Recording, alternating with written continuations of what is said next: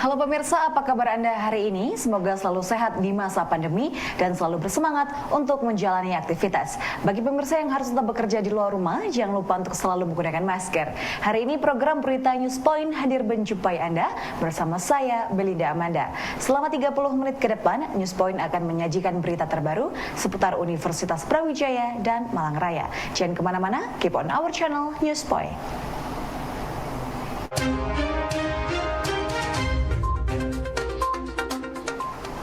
Pemirsa, kegiatan donor darah dalam rangka Disnatalis FPIK UB ke-59 disambut antusias oleh warga FPIK dan masyarakat umum. Tercatat 274 peserta mendaftar kegiatan donor darah yang dilakukan dengan tetap mematuhi protokol kesehatan. Dekan FPIK Profesor Maftuh mengaku gembira dengan antusias peserta yang akan menjadikan donor darah sebagai agenda rutin dalam Disnatalis. Maftuh juga mengatakan kegiatan donor darah ini merupakan satu rangkaian dari 5 kota yang dilakukan serentak bersama Ikatan Alumni Universitas Brawijaya. Saya yang pertama kali harus mengucapkan terima kasih kepada teman-teman panitia FPIK UB khususnya Disnatalis ke-59 dan terima kasih kepada Ketua Panitia Donor Darah serta yang sangat penting adalah saya terima kasih kepada Ibu Kepala UTD. Pada kesempatan kali ini donor darah bisa kita lakukan dan kepada IKUB nasional saya kira dalam pelaksanaan donor darah di 5 kota besar di Indonesia ini sungguh sangat luar biasa dan saya kira ini terus kita kembangkan, bahkan kalau bisa kita jadikan event khusus setiap Disnatalis IKUB dalam rangka Disnatalis tersebut kemudian kita bisa peduli ya, untuk bisa berbagi khususnya adalah membantu darah bagi orang-orang yang sangat membutuhkannya. Saya selaku Dekan Fakultas Perikanan dan Ilmu Kelautan Universitas Brawijaya mohon doa kepada seluruh stakeholder, segenap masyarakat. Kami terus berusaha untuk meningkatkan kinerja, kami terus berusaha untuk meningkatkan kualitas, bahkan kami diberikan tantangan oleh Universitas Brawijaya untuk masuk ke putaran atau jajaran level internasional akreditasi. Pemirsa, untuk memenuhi kebutuhan darah di PMI, Ikatan Alumni UB menggelar donor darah serentak di 5 kota, yaitu Jakarta, Malang, Surabaya, Lombok, dan Mataram. Tahun ini mengusung tema Satu Nusa, Satu Bangsa, Satu Bahasa, Satu Darah Indonesia.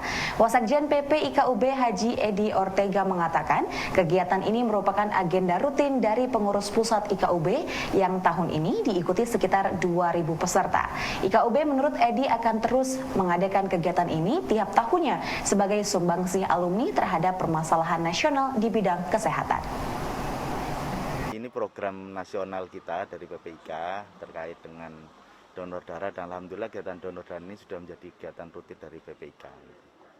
Dan dibarengkan juga dengan Disnatalis FPIK dan ini diselenggarakan secara nasional di 5 tempat.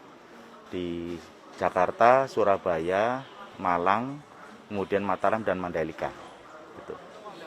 Insya Allah diikuti dari data yang masuk tadi hampir 2.000 pendaftar dari seluruh wilayah Indonesia itu, dari 5 tempat itu tadi. Kalau targetannya sendiri dari donor darah ini apa? Ya tentunya kita bisa berkontribusi secara nyata memberikan bantuan darah kepada saudara-saudara kita, apalagi dalam situasi pandemi ini kebutuhan akan darah masih sangat banyak. Di Jawa Timur, Malang sendiri kebutuhannya dalam 1 bulan itu 4.000, sementara belum lagi di daerah-daerah lain. Nah ini dari pihak PMI juga menyampaikan masih banyak sekali kebutuhan yang dibutuhkan oleh PMI sehingga kita menjadi bagian dari solusi lah untuk membantu PMI di dalam penyediaan donor darah itu.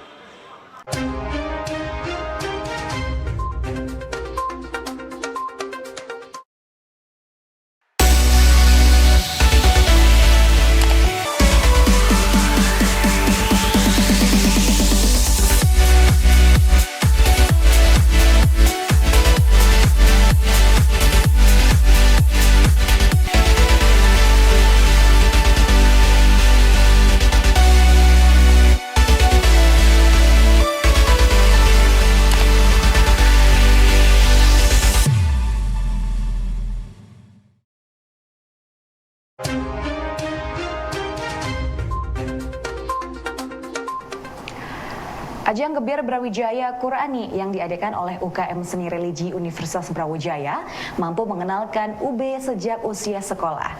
Ilhamuddin, pembina Seni Religi UB mengatakan hal tersebut terbukti dari peserta GBQ tahun 2021 yang mencapai 1.587 peserta dari ratusan sekolah. Dengan GBQ, maka siswa sekolah sudah mengenal Universitas Brawijaya dan diharapkan nantinya bisa memilih UB sebagai kampus pilihan untuk melanjutkan studi. Untuk itu, dirinya akan mendorong agar ajang GBQ ini terus meningkat dan meningkatkan kualitasnya serta publisitasnya.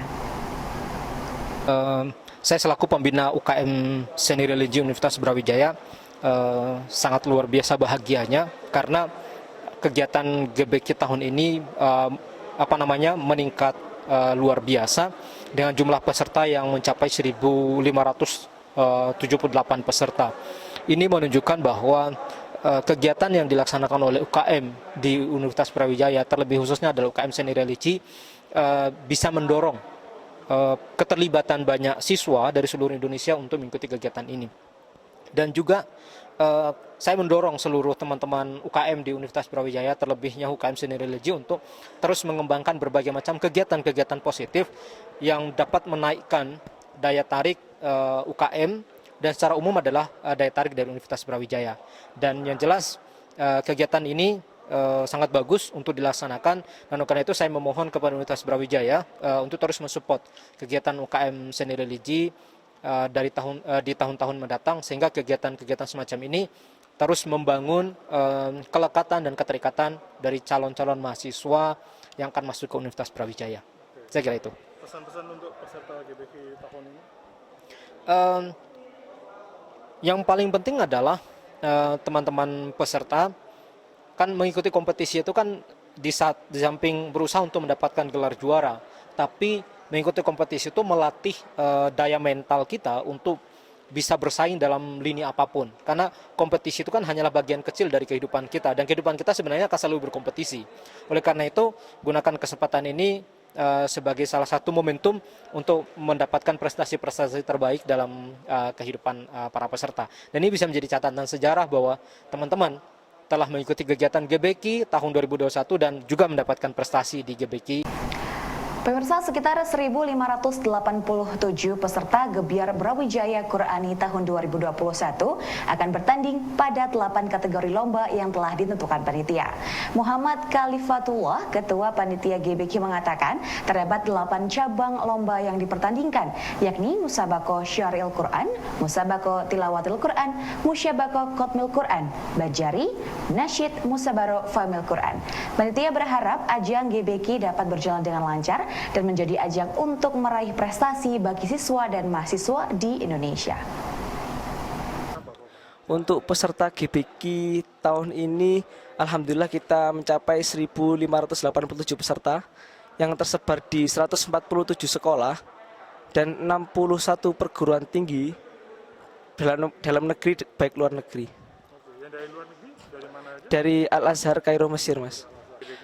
Untuk di GBQ 8 ini kita ada 8 musabaqah yang masing-masing musabaqah ada kategori mahasiswa dan siswa, baik musabaqah Khatil Quran, musabaqah Tilawatil Quran, musabaqah Syarhil Quran, Festival Al-Banjari, musabaqah Famil Quran, Nasyid, dan lain sebagainya.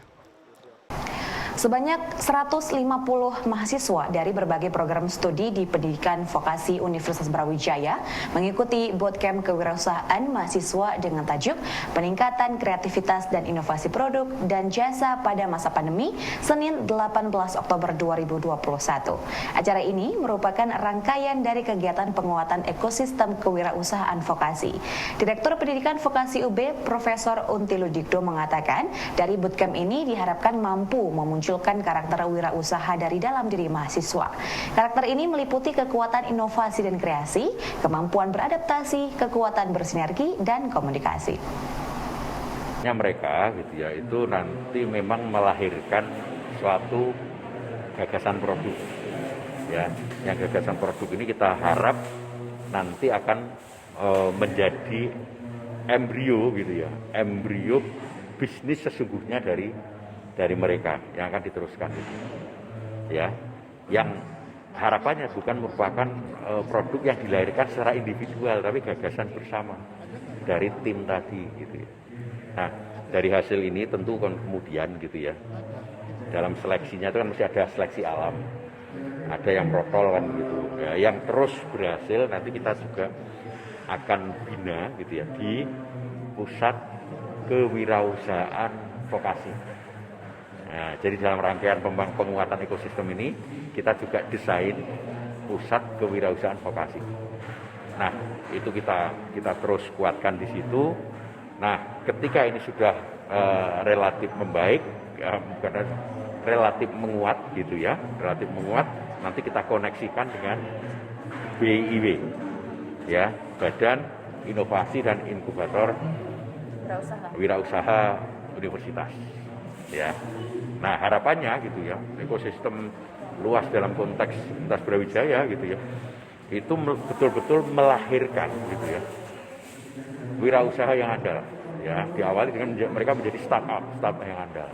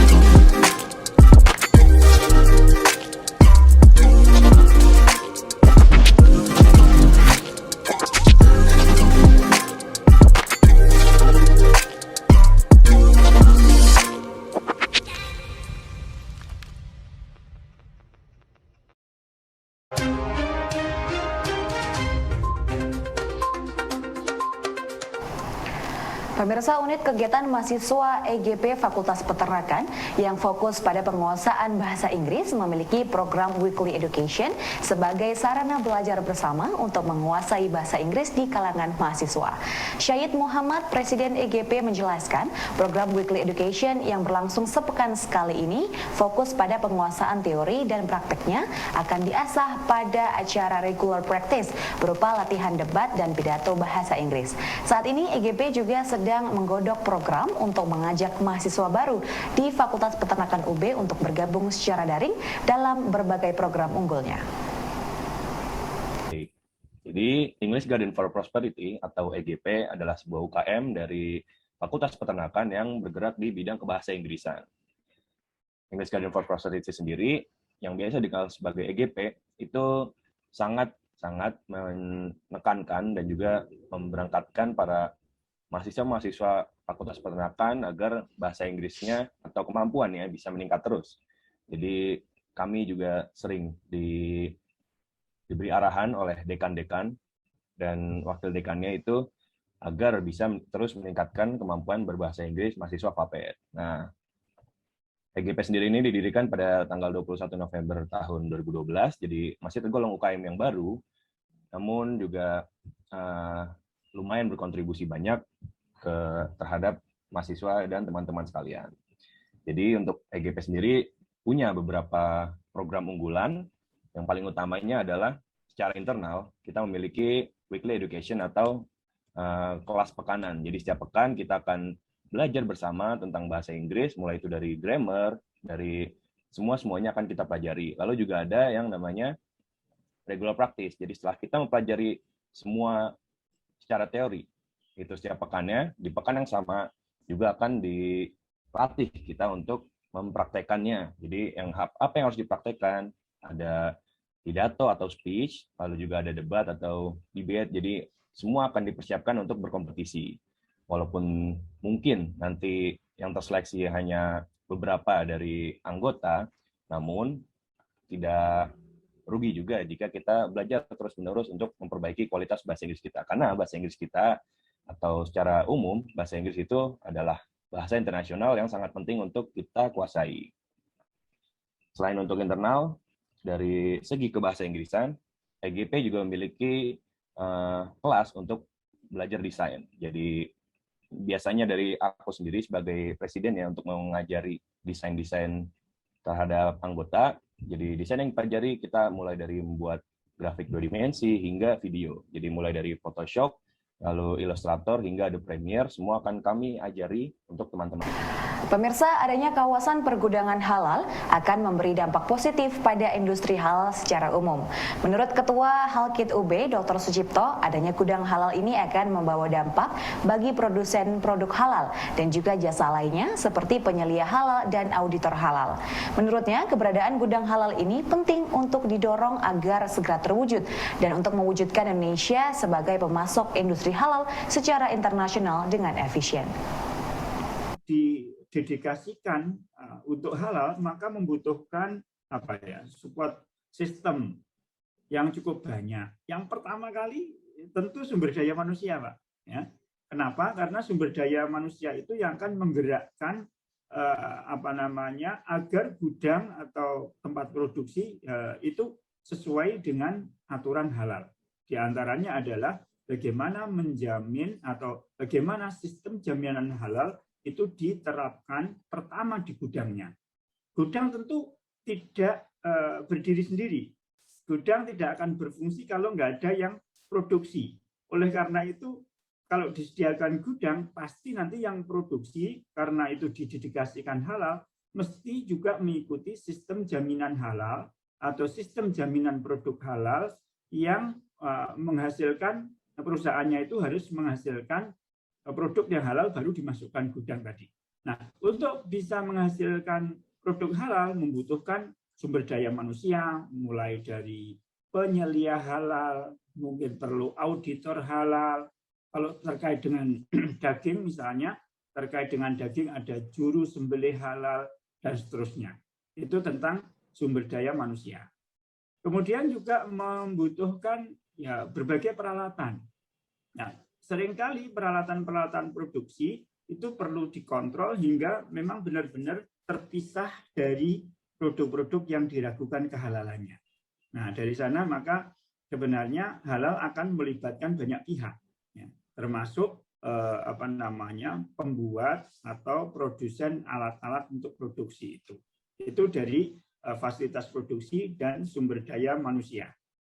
Yang lain adalah bagaimana menghasilkan satu sistem yang efisien.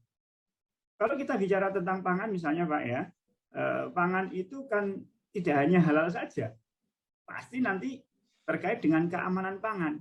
Nah, terkait dengan keamanan pangan maka akan gandeng nanti kehalalan dan keamanan itu menjadi satu yang harusnya bisa dilakukan secara sinergis hingga efisien, tidak berjalan sendiri-sendiri. Belum kita bicara efisiensi rantai pasok tadi. Dari produsen tadi membutuhkan material. Ya. Materialnya sebagai inputnya sebelum diproduksi dan digudangkan tadi harus efisien juga. Pemirsa, program Magister Ilmu Ekonomi Fakultas Ekonomi dan Bisnis Universitas Brawijaya mengkaji perkembangan perekonomian Asia Tenggara yang akan sangat berpengaruh pada perekonomian di Indonesia. Sebuah diskusi bersama dosen Leiden University asal Indonesia, Ahmad Rizal Sidik, dalam webinar yang dihadiri oleh mahasiswa program Magister Ilmu Ekonomi ini, dibuka diskusi seputar kerangka teori pertumbuhan ekonomi jangka panjang di Asia Tenggara dari berbagai aspek dan juga data. Nah ini dari tahun ke tahun, kita lagi-lagi kita lihat dari jangka panjang dari tahun 70 sampai sekarang. Kita coba cek Indonesia misalnya. Tahun 70 di Indonesia itu share pertanian, peran sektor pertanian dalam PDB, dalam pendapatan nasional itu mungkin sekitar 40%, 42 kalau saya nggak salah. Tahun 2010 kalau kita lihat di situ di grafik paling atas sebelah kiri tahun 2010 itu tinggal berapa? Mungkin 12%, ya kan? Kalau kita lihat yang di kita lihat dari yang paling gelap seperti itu. Nah pada saat yang sama peran dari sektor industri manufaktur membesar. Nah, pola-pola seperti ini terjadi itu di 4 negara terbesar di negara Asia Tenggara. Kecuali Filipina. Filipina ini rada aneh karena industri manufakturnya relatif stagnan share-nya dari tahun 70 ke tahun 20. Jadi kita lihat misalnya yang di bagian tengah itu kan, Indonesia itu membesar tuh manufacturing sector share-nya. Malaysia juga membesar, Thailand juga membesar, Filipina enggak. Itu menarik juga kita lihat nanti. Jadi kemudian kita lihat kan misalnya story atau cerita mengenai industrialisasi itu lebih evident, lebih nyata, lebih sering kita diskusikan kalau kita membahas Malaysia, Thailand, dan Indonesia, tapi bukan Filipina. Memang kelihatan seperti itu. Pemirsa, informasi tadi sekaligus menutup perjumpaan kita hari ini. Jangan lupa untuk selalu menyaksikan News Point setiap hari pukul 19.30 waktu Indonesia Barat hanya di UB TV, Televisi Pendidikan Universitas Brawijaya. Saya Belinda Amada dan seluruh kru yang bertugas pamit undur diri. Tetap patuhi protokol kesehatan, wajib menggunakan masker. Terima kasih dan selamat beraktivitas.